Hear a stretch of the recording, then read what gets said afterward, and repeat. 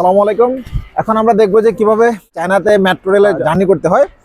আমি এখন ট্রেনের স্টেশনে ঢুকতেছি, যেটা হচ্ছে গিয়ে শিয়াগাং মেট্রো স্টেশন। এখানে সর্বপ্রথম ট্রেন হচ্ছে গিয়ে 6টা 11, আর লাস্ট ট্রেন রাত 11টা 16 মিনিট পর্যন্ত পাওয়া যাবে, এখানে এরপর আর পাওয়া যাবে না। তো লেটস গো, আমি এখন জার্নিতে যাচ্ছি মেট্রো ট্রেনের।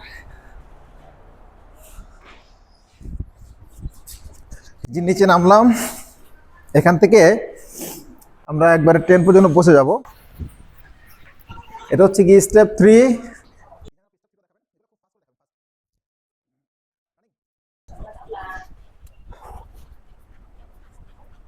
চলে আসলাম মেট্রো রেলের সামনে। আমরা কম বেশি 40 ফিট নিচে আসছি। এখন আমরা গেট দিয়ে ঢুকবো। নিহাও,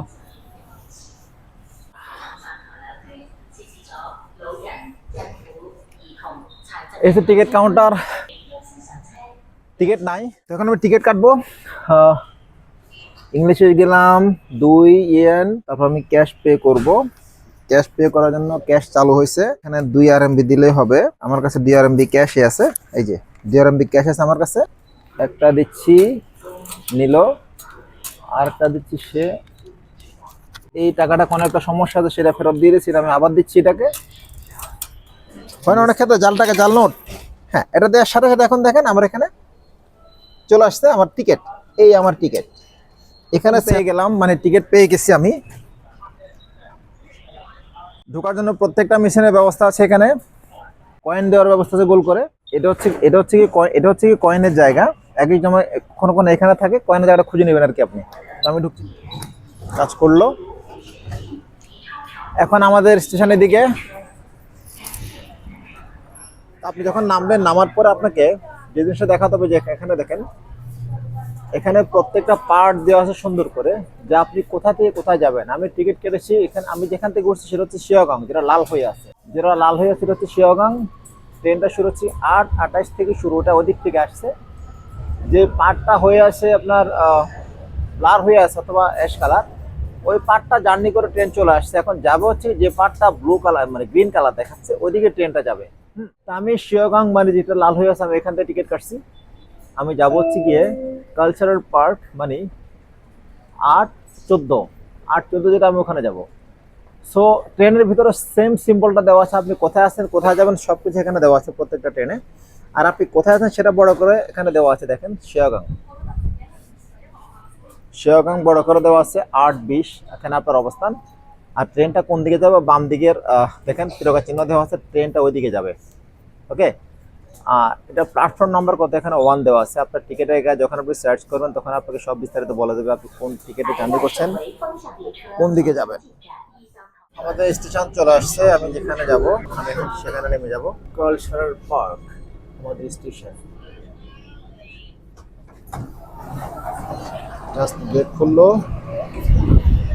আর নেমে গেলাম। কোন দিক দিয়ে বেরোবেন, আপনাকে বেরোর রাস্তা বলে দেবে। এগুলো সবগুলো এক্সিট ডি, এ অথবা বি। ধরেন আপনি শাহবাগে আছেন, শাহবাগে আপনি এক্সিট ধরবেন কোন দিক দিয়ে, ঢাকা ভার্সিটি সাইডে নাকি বারডেমের সাইডে, নাকি হচ্ছে কি আপনি রেলওয়ে রোড সাইডে, নাকি হচ্ছে কি রমনা সাইডে যাবেন, সেটা জানার জন্য আপনাকে জানতে হবে কোন রাস্তা দিয়ে বেরোলে আপনার জন্য সুবিধা হবে, সেই রাস্তা দিয়ে আপনি বেরো যাবেন। তো আমরা আমাদের নিয়ম মোতাবেক আমরা এক্সিট ডি দিয়ে বেরোবো, এক্সিট বি দিয়ে। আমাদের এক্সিট বি হচ্ছে কি আমার যেদিকে আমি যাব সেদিকে আমার এক্সিট বি আমার লোকেশন, ওই জন্য আমি এক্সিট বি দিয়ে এক্সিট করবেন। তো বেরোর জন্য যে ওই যে কয়েনটা আছে না, যে কয়েনটা, যে টিকিটটা নিলেন, ওই টিকিটটা দিয়ে আপনাকে বেরোতে হবে। যদি টিকিট না দেন আপনাকে বেরোতে দেবে না। আর যদি এই টিকিটটা আপনি যদি ডেস্টিনেশনে বেশি জার্নি করেন, তখন আপনাকে এই টিকিট নেবে, কিন্তু আপনাকে বেরোতে দেবে না। আসুন, এখন কয়েনটা দিলে গেটটা খুলে যাবে। খুলে গেল। যাও,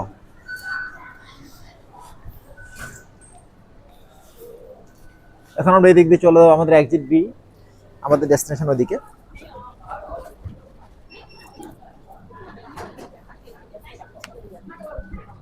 মাটি থেকে কম বেশি আমরা 40 ফিট নিচে আছি, মানে এখন সম্ভবত 20-25 ফিট হবে। আমরা চাইলে লিফটে উঠতে পারি, এসকেলেটর লিফটে, মানে কি বলছে, ক্যাপসুল লিফটে। Excuse me. তো চলে আসলাম কালচারাল পার্ক।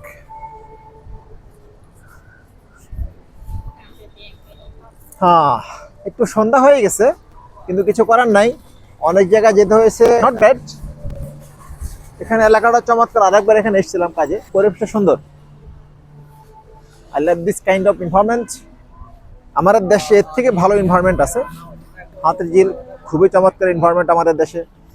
আমাদের দেশের এয়ারপোর্টে কিছু প্লেস ডেভেলপ করছে, তারপর 300 ফিটের ওইদিকে কিছু প্লেস আছে আমাদের ওখানে, তারপরে নারায়ণগঞ্জে কিছু প্লেস আছে, ঢাকার মধ্যে তো আশেপাশে অনেকগুলো আছে। সো এরকম কিছু এদের থেকে আরো সুন্দর সুন্দর প্লেস আমাদের দেশে আছে। আমি এটা কখনোই বলবো না যে আমাদের দেশ চায়নাদের মতো না। চায়নার কিছু কিছু জায়গা আমাদের দেশের মতো অবস্থান হয়েছে অলরেডি। দেখতে ভালো লাগতেছে যে আমাদের দেশের কিছু পরিবেশ পলিসি ডেভেলপ বিভিন্ন জায়গা হচ্ছে।